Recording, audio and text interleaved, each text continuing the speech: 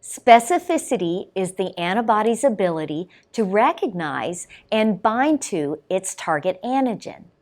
Binding is mediated by the combined attractive and repulsive non-covalent forces that include hydrophobic, van der Waals, electrostatic, and hydrogen bonding.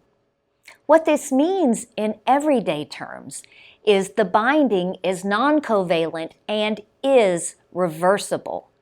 Therefore, the antibodies are attaching and detaching during the entire Western blot procedure. This will occur at very different rates depending on the strength of the antibody binding to its antigen. It also means that antibodies will attach to proteins that look somewhat like their antigen at a different rate than they do to their actual antigen.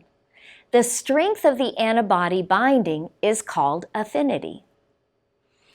In general, the affinity of the antibody for its antigen is higher than for a non-target antigen. Cross-reactivity or recognition of more than one antigenic determinant by an antibody can occur if the antigen shares a common epitope or has an epitope with structural similarity.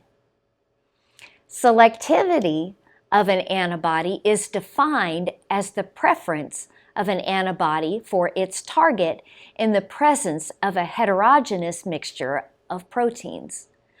Unrelated proteins in a sample are in considerable excess compared with the target antigen.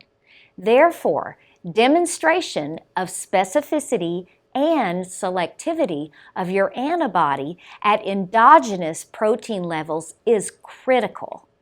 This is not unlike a mother penguin identifying her one baby out of any number of babies.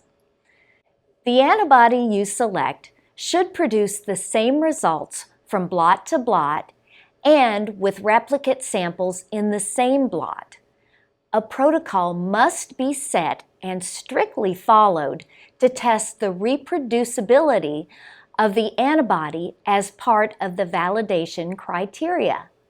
Something as simple as changing blocking buffer or antibody incubation time could dramatically change how the antibody performs.